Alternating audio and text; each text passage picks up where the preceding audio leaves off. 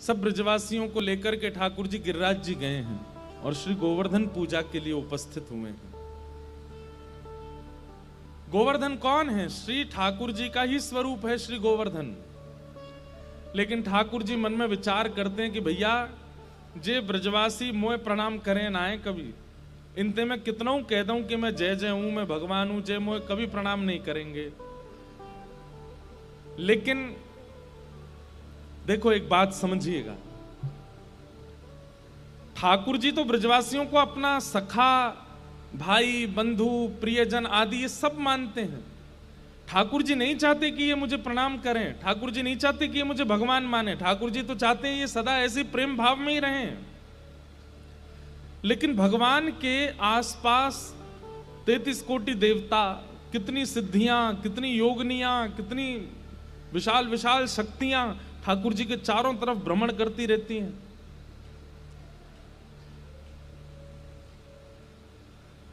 जिसको हम ये कहते हैं कि प्रोटोकॉल ठाकुर जी का, वो तो चारों तरफ रहता ही है। वो कहीं ना कहीं कम ज्यादा आंकना शुरू कर देते हैं लोगों को। उन्होंने मन में विचार किया कि भाई ये ठाकुर जी के गले में गलवैयां डाल के घूमते हैं, सिर पर चढ़ जाते हैं, कभी इनको गैया की तरह बैठा देते हैं, स्वयं इनके ऊपर चढ़ जाते हैं। अरे ये तो परमात्मा है, इनको प्रणाम करना चाहिए। तब ठाकुर जी ने विचार किया कि ये मेरे आसपास रहने वाले देवी देवता आदि आदि ये जो भी शक्तियां हैं, ये तो भगवान के साथ रहती ही हैं। ये सिद्धियां कहीं ब्रजवासियों को परेशान ना करें, इसलिए एक बार तो कुछ ऐसी योजना बने कि ये मुझे प्रणाम करें और साल भर ये मेरे मित्र बने रहें, सखा बने रहें, मेरे भाई बंधु बने रहें, पर साल में एक दिन ऐसा आवे कि सब ब्रजवासी मेरी वंदना करें। अब मैं कहूंगा मेरी वंदना करो तो करेंगे नहीं, तो मैं अपने ही एक प्रतिनिधि रूप में इनको प्रणाम करवाऊं। इसलिए ठाकुर जी सबको लेके गिरिराज जी गए और गिरिराज जी जाकर के ठाकुर जी बोले भैया पूजो जे ये सांचो देवता। ब्रजवासी बोले लाला हम कैसे मान लें कि ये सांचो देवता? बोले तुम परिक्रमा लगाओ, भोग लगाओ, प्रार्थना करो और नई देवता प्रकट है जाए तो मोते कहियो। ब्रजवासी बोले देख ले लाला, सांची को देवता होना चाहिए। ठाकुर जी बोले सांची को देवता होएगो कैसे पहचानोगे? बोले 4 भुजा होनी चाहिए वाकई। ठाकुर जी बोले 4 भुजा वारो ही आवेगो, चलो। चारों तरफ परिक्रमा करके 56 भोग पधरा करके जैसे ही ब्रजवासी उन्हें आंख बंद करके प्रणाम किया, इतने में ही ठाकुर जी ही एक विशिष्ट श्रृंगार करके चतुर्भुज रूप धारण करके, एक रूप से तो 2 भुजावारे नीचे खड़े हैं और 4 भुजावारे बनकर के ठाकुर जी श्री गिरिराज जी के ऊपर प्रकट हो गए।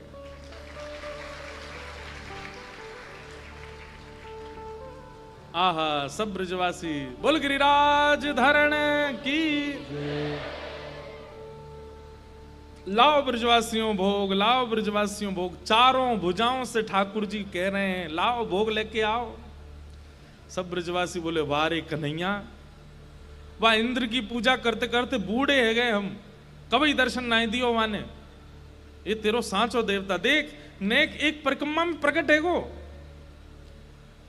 ठाकुर जी बोले अब देरी मत करो, जल्दी जल्दी जाओ, अपनी अपनी सामग्री पधराओ। सब ब्रजवासी जा रहे हैं अपनी अपनी सामग्री ले ले करके। मुझे ये पद ये भी बहुत प्रिय है। अब मैं तो कोई ऐसे पद है ही नहीं जो मुझे अच्छे नहीं लगते। एक बहुत अच्छा पद है। उस पद की भावना ऐसी है, श्री गिरिराज जी के ऊपर 4 भुजा धारण करके गोवर्धन नाथ जी प्रकट हुए हैं। स्वयं कृष्ण ही गोवर्धन बन के प्रकट हुए हैं और यहां नीचे से पूजा की थाली लेके, आरती लेके, पुष्प लेके, अक्षत लेके, चंदन लेके 2 भुजावारे श्री कृष्ण ऊपर जा रहे हैं और 4 भुजावारे उनको देख करके हंस रहे हैं। बोले अच्छा लाला तू आयो है, अपने रूप से ही कह रहे। ठाकुर जी कह रहे मैं आया हूं, सब भोरे बारे ब्रजवासी इन पर कृपा करियो। आप अपने आप से ही बात कर रहे हैं ठाकुर जी। नंद बाबा आदि सब कह रहे हैं लाला ये तो जान है। ठाकुर जी कह रहे हैं हाँ यही गैया चरावे आऊं ना, तुम कभी कभी मिल जाए। हमारी ने मित्रता है। बोले अच्छा लाला तेरो देवता मित्र है? बोले अम्बे। ठाकुर जी कह रहे हैं एक पूजन कर दूं आपको। तो 4 भुजा वाले ठाकुर जी नीचे बैठ गए हैं और 4 भुजा वाले ठाकुर जी बैठ कर लाओ करो पूजन। और श्री ठाकुर जी अपने हाथ में अक्षत लेकर के लगा रहे हैं, चंदन लगा रहे हैं। यशोदा मैया जो सामग्री बना करके लाई है, छोटे से कन्हैया अपने हाथन से पवा रहे हैं। 4 भुजा वाले पा रहे हैं। ठाकुर जी कह रहे हैं पूरा पानो पड़ेगा। 4 भुजा वाले कह नहीं आधो पाऊंगा, आधो तुम पाओ। अब ये लीला देख करके दूर खड़ी खड़ी किशोरी जी मंद मंद मुस्कुरा रही हैं और नेत्रों से आंसू गिर रही हैं।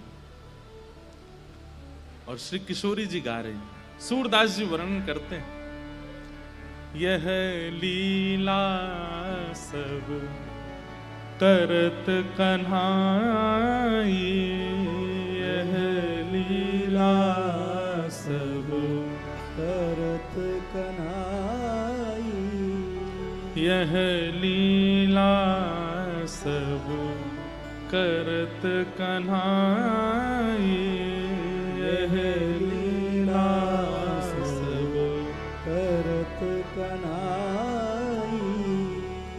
एक रूप सो गिरधर पूजे, एक रूप सो गिरधर पूजे, एक रूप सो गिरधर पूजे, एक रूप सो गिरधर पूजे, एक रूप पुजवाई,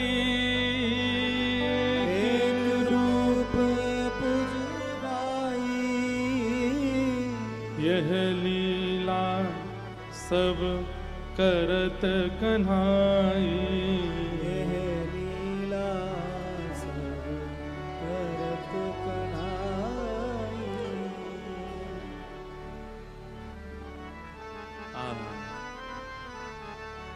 एक रूप से ठाकुर जी अपनी पूजा करवा रहे हैं और एक रूप से पूज रहे हैं। किशोरी जी दूर खड़ी खड़ी देख रही हैं।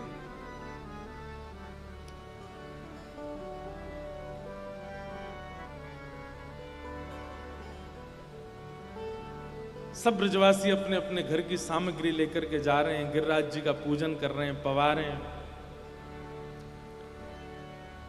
सब ब्रजवासी आज बड़े प्रसन्न हैं क्योंकि आज साक्षात परमात्मा के दर्शन हो गए हैं और सब लाला की बलैया ले रहे हैं। बोले भैया लाला तेने बड़ी कृपा कर दी, जो जीवन जीवित अवस्था में तेने भगवान के दर्शन कराई दिए। मधुमंगल श्रीदामा बोले लाला एक बात बताएगा? बोले कहा, जे गोवर्धन नाथ देखने में बिल्कुल तेरे जैसो लग रहा है। लाला देख तेरो मुकुट ने एक छोटा हो या को ने एक बड़ो है, तेरे कुंडल ने एक छोटे या के ने एक बड़े, तेरी माला 2-3 है या की 5-7 है और बस तेरी 2 भुजाएं या की 4 भुजाएं, इतना ही अंतर है और कोई ज्यादा अंतर ना है।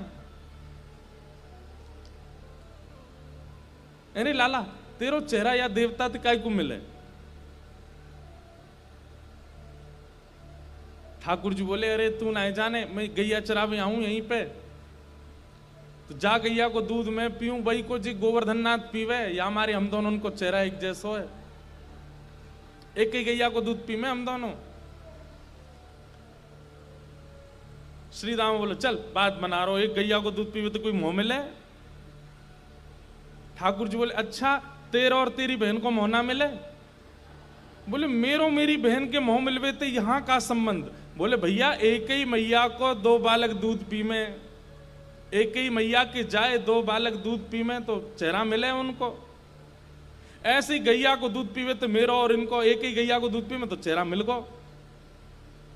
श्री दामा बोलो हम बे लाला बात तो तेने ठीक करी है बिल्कुल, जे काम तो मैंने तो सोची ही ना जे बात। कितने भोले हैं ब्रजवासी।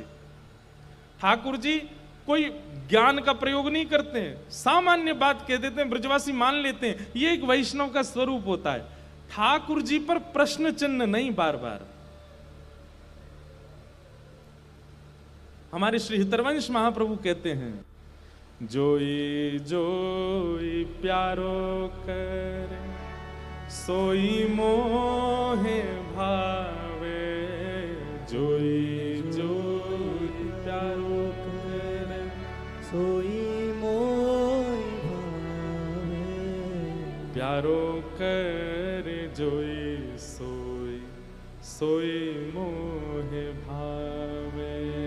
भावे मोई सोई सोई करे प्यार। आहा। जोई जोई प्यारो करे, सोई मोह भावे। उसमें कोई संशय नहीं है। ठाकुर जी अगर कह रहे हैं एक और एक शून्य, तो ब्रजवासी कह रहे हाँ लाला शून्य, दो नहीं। ये भक्ति में समर्पण की स्थिति है।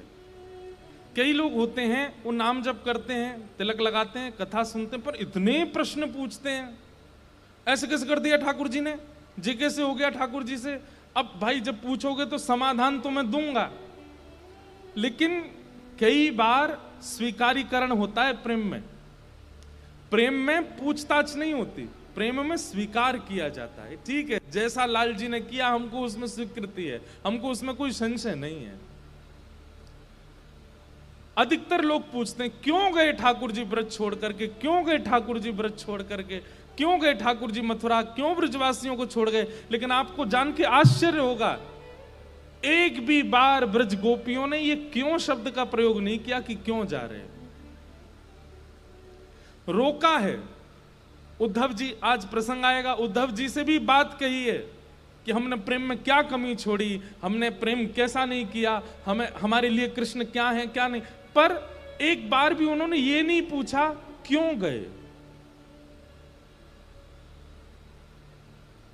इसीलिए नारद भक्ति सूत्र में श्री नारद जी प्रेम की परिभाषा लिखते हुए कहते हैं, प्रेम इज इक्वल टू क्या, यथा ब्रज गोपी का नाम, ब्रज की गोपी, जिन्होंने पूछा ही नहीं है श्री कृष्ण से कि आप जा क्यों रहे हो। कृष्ण जा भी रहे हैं तब भी गोपियां ये बता रही हैं कि हम तो श्याम सुंदर तुम्हारे बिना रह ही ना सके, हे श्याम सुंदर तुम्हारी रूप माधुरी को देखे बिना हमारो जी कैसे लगेगा, हे श्याम सुंदर हमने कोई सेवा में कमी छोड़ दी। वो स्थिति परिस्थिति का वर्णन कर रही हैं, लेकिन प्रश्न नहीं पूछ रही हैं कि आप जा क्यों रहे हो।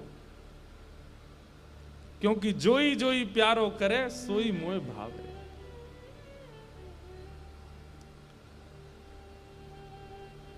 श्री दामा ने स्वीकार कर लिया कि एक ही गैया को दूध पी में, यही मारे दोनों को चेहरा मिल लो है। लेकिन एक भगवान के संग ट्यूबलाइट भी रहती है, मधुमंगल, वो धीमे धीमे खुलती है। मधुमंगल बोलो लाला एक बात बता। बोले कहा। बोले गैया को दूध मैंने पियो। बोले हाँ, और वही गैया को दूध बछड़ा ने पियो, फिर हम दोनों को चेहरा क्यों ना मिले।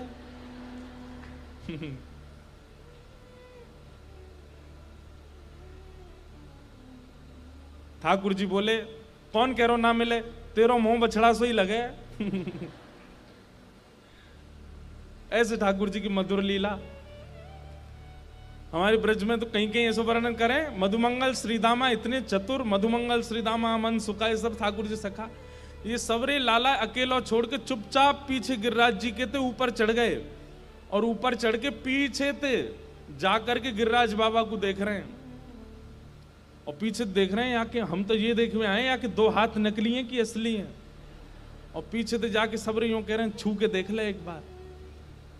कोई उनके गाल पकड़ के देख रहा हो, कोई हाथ पर। ठाकुर जी ने जैसे ए कहा कर रहे हो, वो लाला हम तो देख रहे कि सांची देवता है कि ना है। वो कहा पता चली, बोले बिल्कुल सांची देवता है लाला, जैसे हमारे दो हाथ निकले ना ऐसे ही दो हाथ निकले आए आके भी। बड़े सीधे हैं ब्रजवासी, इसलिए ठाकुर जी को बहुत अच्छे लगते हैं। वो बुद्धि का प्रयोग, चतुराई नहीं है उनमें। अगर मैं कह दूं तो इसमें कोई अतिशयोक्ति नहीं, ठाकुर जी को इधर से जीने वाला व्यक्ति कम प्रिय है, इधर से जीने वाला व्यक्ति ज्यादा प्रिय है। और वैष्णवता, आप श्रृंगार कर लो वैष्णव का, वस्त्र पहन लो वैष्णव के, नियम पालन कर लो वैष्णव के, पर वैष्णवता तभी प्रकट होगी, तभी आपके स्वभाव में आएगी जब आप यहां की जगह यहां से जीने लगेंगे, इसका प्रयोग नहीं। ठाकुर जी को तो सीधे लोग प्रिय, हृदय वाले लोग प्रिय, और इसी का प्रमाण है कि बहुत बुद्धिमान है उद्धव। उद्धव के लिए क्या श्लोक कहा जाता है भागवत जी में? वृष्णीनाम प्रवरो मंत्री कृष्णस्य दैत सखा शिष्यो बृहस्पतिर साक्षात उद्धवो बुद्धि सत्तम। उद्धव कौन है? वृष्णीनाम प्रवरो मंत्री, वृष्णियों के मंत्री हैं, वृष्णि मतलब यदुवंशियों के। कृष्णस्य दैत सखा, दैत सखा मतलब इतने घनिष्ठ सखा हैं कि एक ही बेड पे सोते हैं, एक दूसरे के कपड़े पहन लेते हैं, एक ही थाली में पाते हैं। कृष्ण के दैत सखा हैं उद्धव जी। और शिष्यो बृहस्पतिर साक्षात, साक्षात बुद्धि के देवता बृहस्पति के शिष्य हैं, गुरु के शिष्य हैं। बृहस्पति कौन है? गुरु, उनके शिष्य हैं। उद्धवो बुद्धि सत्तम, कौन है? बोले बुद्धि में परम पारंगत हैं श्री उद्धव जी महाराज। लेकिन पता नहीं क्यों ठाकुर जी को लगा कि भाई ये इधर से जीता है, और मथुरा से द्वारिका लीला जाने में मुझे इधर से जीने वाला व्यक्ति नहीं चाहिए। सब इधर से ही हैं यदुवंशियों में, एक तो इधर का आवे, इसलिए उद्धव को वृंदावन भेजा, जाओ। अभी प्रसंग तो बाद में आना है, लेकिन मेरे को हमारे कालीराम साईं जी 2 दिन से मेरे को बोले महाराज जी इस बार उद्धव को भी संवाद सुनना है। तो बार बार उद्धव आज सोच के ही बैठा हूं कि उद्धव को भी संवाद कहना है।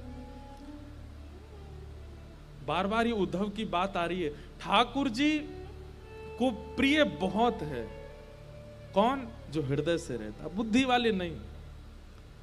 एक बात और कह दें, बुद्धिमान लोगों को ठाकुर जी ने संसार के लिए बनाया कि इनकी वजह से संसार चलेगा।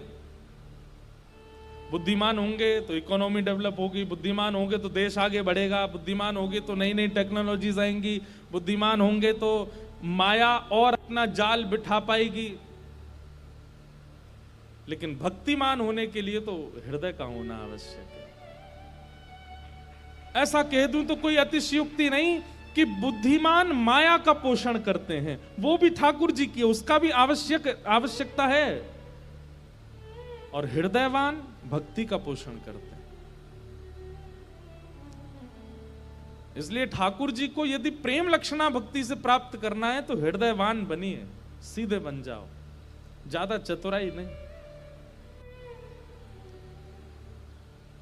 ठाकुर जी खींच के लाए मधुमंगल सीताम हो गए, तू जाने ना देवता है, इनको छुवे के काजे वेद वेदांत आदि सबन को पाठ करना पड़े, और तू बिना बिना हाथ धोए छू रहा हूं जाके। मधुमंगल सीताम बोले लाला बहुत है गई, अगर या देवता के काजे हमें वेद वेदांत पढ़ने पड़ेंगे तो या तो कहते चलो जा, हम तो ये देवता मान लेंगे, तो ये छू लेंगे, ले तो बिना नहाए धोए भी हृदय से लगाएंगे हम।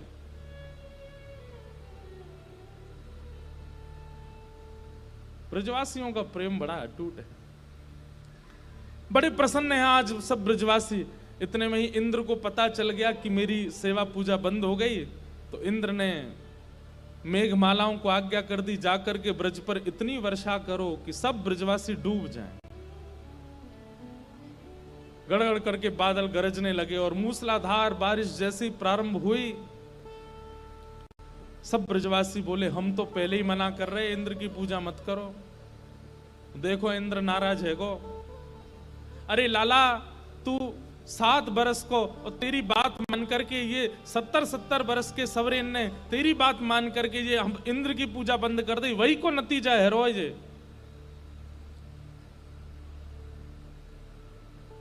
ठाकुर जी बोले भैया अविश्वास काहे को कर रहे हो, जिनकी शरण में आए हो उनकी शरण में इस भाव से रहो कि फिर चाहे जो प्राप्त हो सब स्वीकार है। शरणागति किसको कहते हैं? समर्पण किसको कहते हैं? समर्पण का मतलब यह नहीं होता कि आपके साथ आने के बाद मेरे जीवन में कोई संकट नहीं आएगा, समर्पण इसको कहते हैं कि आपके साथ आने के बाद जीवन में संकट भी आएगा तो भी मैं आपको नहीं छोड़ूंगा, इसको समर्पण कहते हैं। कई लोग कहते हैं कि राम जी की और सीता जी की जब कुंडली मिली तो सारे गुण मिल गए। कितने गुण होते हैं टोटल, कितने गुण होते हैं? 36। हाँ, तो कहते हैं 36 गुण मिले। तो अब ये लोगों की मानसिकता क्या होगी, पूरे गुण नहीं मिलने चाहिए। क्यों? सीता जी के और राम जी की भी तो मिले तो क्या हुआ, वनवास हो गया? भैया आपको क्या लगता है कि सारे गुण मिलेंगे तो जीवन में संकट नहीं आएंगे?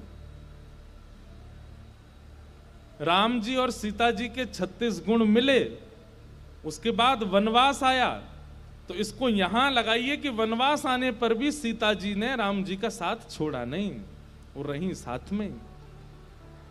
वहां पर राम जी गए भी तो सीता जी को प्राप्त करने के लिए सेतु बना दिया, रावण से युद्ध कर लिया, सीता जी को लेके आए। ये आंतरिक आत्मा का संग नहीं टूटा 36 गुण मिलने का। इसका मतलब ये थोड़ी है कि आपकी कुंडली अच्छी मिल गई या किसी से आपका सब कुछ बढ़िया होगा तो जीवन में कोई संकट नहीं आएंगे। आएंगे संकट, पर हां ये है कि आप दोनों एक दूसरे का संग ना छोड़ो, ये समर्पण है। चाहे जितनी बड़ी आंधी आ जाए जीवन में। भाई गाड़ी मिली है, आपने 1 करोड़ की गाड़ी ले ली, इसका मतलब ये थोड़ी है कि ब्रेकर पे उछलेगी नहीं, ब्रेकर पे उछलेगी। सामने गड्ढा आएगा तो उसमें पता नहीं चलेगा। आती तो ऐसी गाड़ियां भी उनके टायर वायर सब हिला जाते हैं, वो नहीं होता। लेकिन फिर भी कितनी भी महंगी गाड़ी ले लो, सामने से अगर 100 की रफ्तार में ट्रक से टक्कर होगी तो क्या लगेगी? नहीं, किसी को लगेगी। लेकिन हाँ ये है कि महंगी गाड़ी लोगे, चोट तो लगेगी, एक्सीडेंट तो होगा, लेकिन आपकी बचने की संभावना ज्यादा है।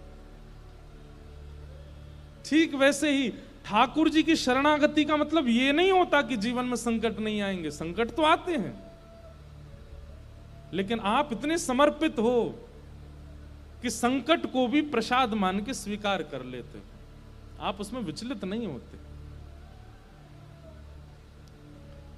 ठाकुर जी ये उपदेश अब कौन सुने ठाकुर जी को? ठाकुर जी कह रहे हैं अरे भैया समर्पण करो, इनकी शरण में आए हो तो इन पे भरोसा करो, ये सब करेंगे।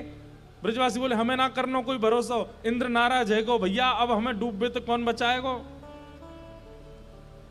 ठाकुर जी बोले मेरो समर्पण है, देखो मैं समर्पित हूं इनकी तरफ और ये मेरी रक्षा करेंगे। बोले भैया तू अकेलो कर ले अपनी रक्षा, हम तो कहीं दूर जा रहे हैं। इतने में ही ठाकुर जी ने दंडवत प्रणाम किया और सबका समर्पण हो ये विश्वास दिलाने के लिए श्री गिरिराज बाबा को प्रणाम करके जैसे ही दोनों भुजाओं से अदर किया, 7 कोस लंबे चौड़े गिरिराज पर्वत, 21 किलोमीटर का पर्वत, वो ऐसे उठ गया जैसे कोई, मानो जैसे हमने ये पुष्प उठा लिया, कोई बल ही ना लगा हो। पर्वत जैसे उठने लगा, ब्रजवासी देख करके सब आश्चर्यचकित हो गए। भीतर प्रवेश करके बिल्कुल मध्यस्थ पहुंच करके 7 वर्ष के ठाकुर जी ने अपने बाम हस्त की कन्नी उंगली के नख पर श्री गिरिराज जी को धारण कर लिया। बोल गिरिवरधारी गोपाल की। और सब ब्रजवासियों को दिखा दिया ठाकुर जी ने समर्पण की ताकत। देखो श्री गिरिराज जी हल्के गए, आ जाओ भैया सब रे। सब ब्रजवासी दौड़ दौड़ करके गए गिरिराज, अरे लाला ने पहाड़ उठा लियो, लाला ने पहाड़ उठा लियो। सब भीतर पहुंच गए और चारों तरफ भीतर घुसने के बाद फिर ढूंढ रहे हैं हमारे डंडा कहां है, नीचे आ जाएंगे। और अपने अपने लठ ले करके सब ब्रजवासी खड़े है गए। ठाकुर जी देख रहे हैं जे का हेरो है। देखिए तो जहां जहां नजर जा रही है सब ब्रजवासी अपनी अपनी छड़ी लेकर के और इतने कस के पकड़े हैं कि जैसे एक की भी हिल गई तो गिरिराज जी नीचे आएंगे क्या। ठाकुर जी बोले तो मैं काहे खड़ा हूं भैया यहां पे, तुम सबन की छड़ी काहे को लग रही है। थोड़ी देर बाद सब ब्रजवासी बोले हम बे भैया अब अधर है गो गिरिराज। अधर मतलब अब टिक गयो। ब्रजभाषा के कई शब्द हैं, उनका तो कोई मतलब बता ही नहीं सकते हम। अब अधर है गो, अधर कैसे बोलेंगे। अधर मतलब उठ गयो, अब टिक गयो कछु समझो, अधर है गो। सब ब्रजवासी अपनी अपनी छड़ी लगा के खड़े हैं। थोड़ी देर बाद सबन ने ठाकुर जी की ओर देखो तो ठाकुर जी ऐसे खड़े हैं। सब ब्रजवासी बोले, अरे लाला तू काई को उंगली लगा के खड़ा है, नीचे कर ले अपनी हाथन ने। ठाकुर जी बोले, मैंने अगर उंगली नीचे कर ली तो गिरिराज जी आ जाएंगे, सबरे चटनी बन जाओगे, हरी गुलाबी बैगनी। ब्रजवासी सब एक दूसरे पे हंसन लगे, बोले लाला यो जानवर दिखे कि या की उंगली पे गिरिराज जी टिक रहे हैं। अरे लाला सांची पूछे तो ये हमारे बांस के लट्ठान पे गिरिराज जी टिके हुए हैं। ठाकुर जी बोले, तुम्हारे बांस पे जी टिक रहे हैं? बोले हम बे 21 किलोमीटर लंबा चौड़ा पर्वत तुम्हारे बांस पे टिक रहा है, और ना तो का तेरी उंगली पे टिक रहा है जे। चल नीचे कर ले अपनी उंगली है। ठाकुर जी बोले, धन्य है भैया, ठीक है भैया संभालो, मैं नीचे करूं। जैसे ठाकुर जी ने नेक उंगली नीचे करी महाराज, विशाल पर्वत हिलने लगा, गड़गड़ करके नीचे आने लगा, चट चट चट सबकी छड़ियां टूटने लगी। त्राहिमाम चिल्लाने लगे सब ब्रजवासी, अरे लाला संभाल संभाल संभाल। ठाकुर जी ने फिर से अपनी उंगली जब टेकी, सो गिरिराज जी फिर से अधर है गए। अब तो दूर दूर तक सब ब्रजवासी इनकी छड़ी टूटी पड़ी है। अपनी टूटी टूटी छड़ी ने सब ब्रजवासी देख रहे हैं, बोले लाला जी सांची में तेरी उंगली पे टिक रहे हैं। अब ठाकुर जी ने एक अदा में बोल रहे हैं, हम बे मेरी उंगली पर टिक रहे हैं। ब्रजवासी बोले, लाला इतना बड़ा पर्वत तेने कैसे उठाई लियो अपनी उंगली पे? ठाकुर जी बोले, हम जय जय हैं या हमारे उठा लियो। भैया इस प्रसंग ने हमको जय जय बना दिया सब जगह। अब तो जहां जाते सब जय जय ही बोलते हैं। भैया जय जय ठाकुर जी हैं, लेकिन ठीक है आप लोग बोल देते हो। ठाकुर जी बोले, हम जय जय हैं। ब्रजवासी बोले, कहा कही लालते ने, दोबारा बोलियो ने, कौन है तू? ठाकुर जी बोले, हम जय जय हैं। और जैसे कि जय जय हैं, सब ब्रजवासी आकर के अपने अपने सिर पर फेंटा बांध के, अरे लाला ऐसा कौन सा काम कियो तेने जो तू जय जय? ठाकुर जी बोले, मैंने कहा ना कियो अभी तक। पूतना मारी, अघासुर मारो, धेनुकासुर मारो, कालियाना को भगा दियो, सब राक्षस मारे मैंने, तृणावर्त मारो, सक्टासुर मारो, और आज देखो ब्रज पर संकट आयो तो मैंने गिरिराज जी उठा लिए। कोई सामान्य बालक कर सके इतने कामन ने? मैंने 7 वर्ष की आयु में ये सब कर दिए, या हमारे में जय जय हूं। ए चल मधुमंगल आजा प्रणाम कर।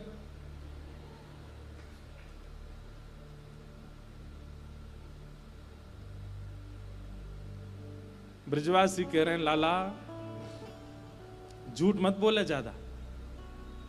ठाकुर जी बोले, कहा झूठ बोल रहा हूं मैं?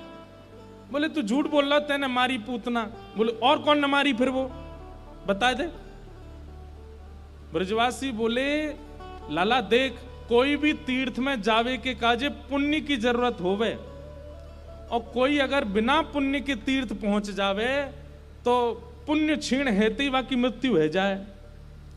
ये जितने राक्षस हमारे ब्रज में आए, इनने कोई पुण्य तो किया नहीं, और बिना पुण्य किए जैसी ब्रज में घुसे तो इनके पुण्य जो थोड़े बहुत वो क्षीण होने लगे, और जैसी सबरे पुण्य क्षीण भये उनके प्राण न करवे को आ गए। वही समय तेरे सामने भी आ गए, और मरे मरायन में हाथ धर के यूं कह दे कि मैंने मारे। ठाकुर जी बोले, मतलब तुमने इतनी योजना बना दी केवल ये सिद्ध करवे के लिए कि मैं जय जय नहीं हूं? वह कौन से पुण्य कहा, मतलब ठाकुर जी बोले, जय हो धन्य ब्रजवासी की। ठाकुर जी बोले, तो मधुमंगल श्री दामा खड़ो कर दो, जे उठा लेंगे गिरिराज जी। ना ना लाला, हम पे तो उठना है रो, जरूर तेने कोई तंत्र विद्या सीख के आयो है, हमें बता, हम भी उठाएंगे। फिर तेने कैसे उठायो गिरिराज पर्वत, हमें बता। ठाकुर जी बोले, भैया ना तो ये ज्ञान की वाणी समझने वाले हैं, ना ये वेदों की वाणी समझने वाले हैं, इनको तो केवल प्रेम की भाषा समझ में आती है। अब मैं इनको कैसे समझाऊं? प्रेम के भाव से ठाकुर जी समझा।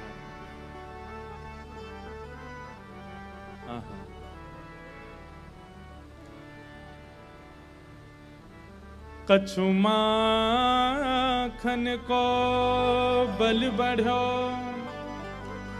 कछु गोपन करी सहाय। श्री राधे जू की कृपा सो मैंने गिरिवर लियो उठाए। भैया कछु तो मुंह में माखन को बल आ गयो, मैंने इतनो माखन चुरा चुराई करके खायो। इन गोपीन के घर में जाए जाए करके मैंने माखन खायो। आप सबरी गोपीन के माखन को बल मुंह में आए गयो। ठाकुर जी का स्वभाव देखो। इस स्वभाव को क्या कहते हैं? मान देना। दूसरों को मान देते हैं, क्रिया स्वयं करके क्रेडिट दूसरों को देते हैं। ये ठाकुर जी का स्वभाव है। ठाकुर जी कह रहे हैं अरे भैया सांची पूछो तो जे बल मधुमंगल में श्रीदामा में क्यों नहीं आयो? क्योंकि इनने तो अपने घर कोई मक्खन खायो है, मैंने तो गोपीन के घर घर जाए के मक्खन खायो। सब गोपीन को परिश्रम ते निकारो भयो मक्खन, वहां में जो बल हो वो मुंह में आ गए हो और मैंने गिरिराज जी उठाई लिए। नेक बल तो मुंह में मक्खन ते आयो और कछु गोपन करी सहाय। तुम सब गोप ग्वालन ने मेरी बड़ी सहायता करी। विजयवासी बोले हमने क्या सहायता करी? बोले जब मैं गिरिराज जी उठाए रहे हो, आप सब अपलक नेत्रन से मेरी ओर निहार रहे, आप सबन की शक्ति नेत्रन से निकर के मुंह में आई गई और आप सब ब्रजवासिन की शक्ति मुंह में जैसे ही आई सो ही मैंने गिरिराज जी उठाए लिए।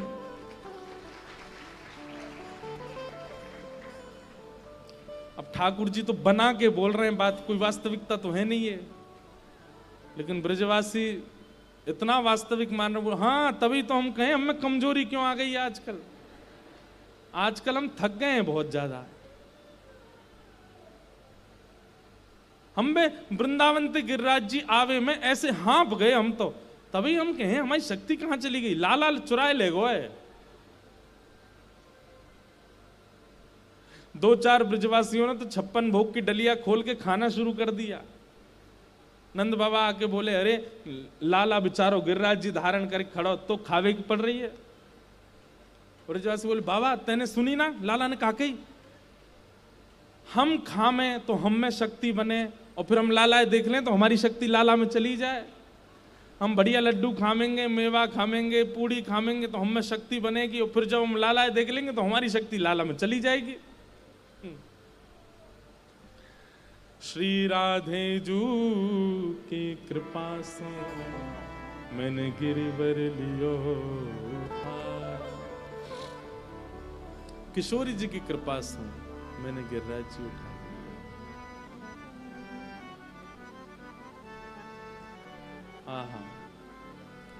लाल जी एक नख पर गिरिराज जी धारण करके 7 दिन 7 रात्रि पर्यंत ठाकुर जी ऐसे ही खड़े रहे। सब ब्रजवासी लाखों की तादाद में ब्रजवासी गिरिराज जी के नीचे खड़े और सब अपलक नेत्रों से ठाकुर जी को देख रहे हैं। यशोदा मैया कभी घी का लेपन करती है हाथ में ला करके, कभी चरणों में चंदन लगाती है, कभी लाला को अपने पल्लू ते हवा करन लगे। अरे मेरो लाला तू हार तो ना रो, तो थकान तो ना है रही। 56 भोग की सामग्री लेकर के आमे लाला तू खड़ो रे, नेक नेक सो ये लड्डू पाले, नेक ये मेवा पाले, नेक मठरी पाले। ठाकुर जी खड़े खड़े प्रेम से पाते भी जा रहे हैं नेक नेक सामग्री। यशोदा मैया पवार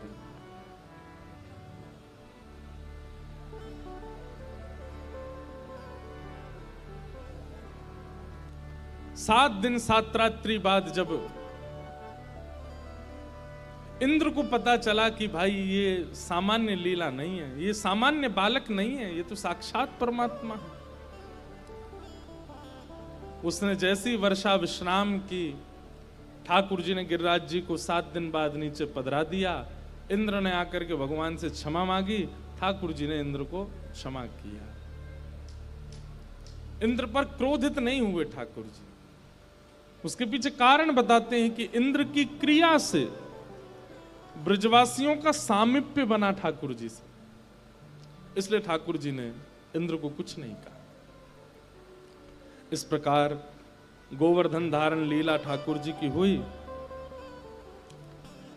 सब बड़े आनंद में आ गए, ब्रजवासी झूमन लगे, नाचन लगे, आनंद करन लगे। ठाकुर जी को गोद में उठा करके उछल उछल करके सब नृत्य करन लगे। लाला ने हमारी प्राण रक्षा करी, श्री कृष्ण ने हमारी प्राण रक्षा करी। गायों ने भगवान का नाम गोविंद रखा। एकादशी व्रत की महिमा बताई गई। और बंधु, गिरिराज गोवर्धन लीला में बहुत सी लीलाएं अंतरंग हुई हैं। मैं यथा यथा जब जब कथाओं में कोई भाव आता है तो मैं बताता हूं। श्री मीराबाई के प्रादुर्भाव की कथा भी गोवर्धन लीला से प्रारंभ हुई। वहीं माधवी नाम की गोपी को ठाकुर जी ने संकेत किया था कि कलयुग में मैं तुम्हारे पास आऊंगा। भगवान की कई निकुंज की लीलाएं गिरिराज उत्सव से प्रारंभ हुई। और सबसे बड़ी बात बताएं, यशोदा मैया के चित्त में श्री ठाकुर जी एक अद्भुत रूप में विराजमान हुए श्री गोवर्धन लीला के बाद। क्योंकि एकमात्र ऐसी यशोदा मैया थी जिन्होंने 7 दिन 7 रात्रि तक बिना पलक झपकाए ठाकुर जी को देखा। मां है ना। मेरे लाला को कहीं श्रम नहीं है जाए, मेरे लाला को कोई चोट नहीं लग जाए, मेरे लाला को कोई पीड़ा नहीं हो, इसलिए श्री यशोदा मैया अपलक नेत्रों से लाला को देख रही हैं।